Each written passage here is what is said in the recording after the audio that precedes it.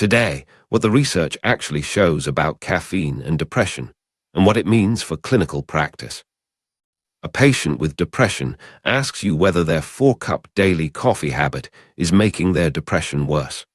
Before answering, you need to know what the evidence actually shows, and it's more complicated than you might think. New research presented at the AP, a 2026 annual meeting, analyzed over 1,000 adults in the SHADE study. Higher caffeine intake, 3 or more servings per day, was independently associated with higher scores on the PHQ-9 depression scale. But here's the twist. Caffeine also weakened the relationship between insomnia and depression. Among non-caffeine users with moderate to severe insomnia, the association with high depression scores was strongest, a beta of 13.5. Caffeine consumers still had elevated scores, but the statistical relationship was weaker, ranging from beta 8 to 9.2. This doesn't mean caffeine protects against depression. It means insomnia is a more powerful signal of depression severity when caffeine isn't masking sleep disruption. Here's where it gets confusing. Large meta-analyses, including one with over 420,000 participants, show that coffee consumption is associated with about 10 to 14% lower depression risk. So is coffee protective? Maybe not directly. Coffee contains compounds beyond caffeine: chlorogenic acids, antioxidants, anti-inflammatory molecules that pure caffeine doesn't provide. Caffeine works by blocking adenosine receptors. Adenosine builds up during wakefulness and promotes sleep pressure. But adenosine signaling is also essential for how ketamine and ECT work. One recent Nature study found that disrupting adenosine signaling abolishes the antidepressant effects of both treatments. So caffeine's effect on mood is neither simple nor purely stimulatory.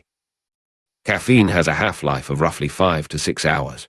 A cup at 4 p.m. leaves about 50% of its active dose in your system. By 10 p.m., this delays sleep onset, reduces total sleep time, and increases fragmentation. Sleep disruption is one of the most well-established risk factors for worsening depression. So caffeine can worsen depression through sleep, even if it temporarily improves alertness. The causality question runs both ways. Depression causes fatigue, and psychomotor slowing patients often use caffeine to counteract anergia and hypersomnia. This self-medication pattern can create a cycle where high caffeine intake is both a marker of depression severity and a contributor to sleep disruption that perpetuates it. Cross-sectional studies like SHADE's cannot untangle this. So what should clinicians actually do? Ask about caffeine amount and timing. A patient drinking 2 cups at 6 a.m. is very different from one drinking 2 cups at 8 p.m. in patients with insomnia or treatment-resistant depression.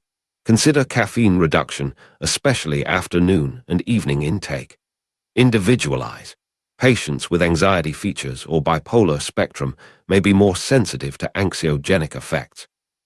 Caffeine is not an antidepressant, and it is not a cause of depression. It is a symptom modulator. It affects how depression manifests, particularly through sleep and energy.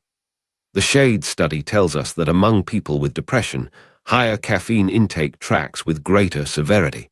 Whether that's causal, consequential, or confounded requires more research. Meanwhile, the clinical takeaway is straightforward. Ask about caffeine, not just as a habit, but as a potentially modifiable factor in depression management. For questions or episode ideas, drop them below and subscribe for more psychopharmacology breakdowns. Educational purposes only, not a substitute for clinical judgment.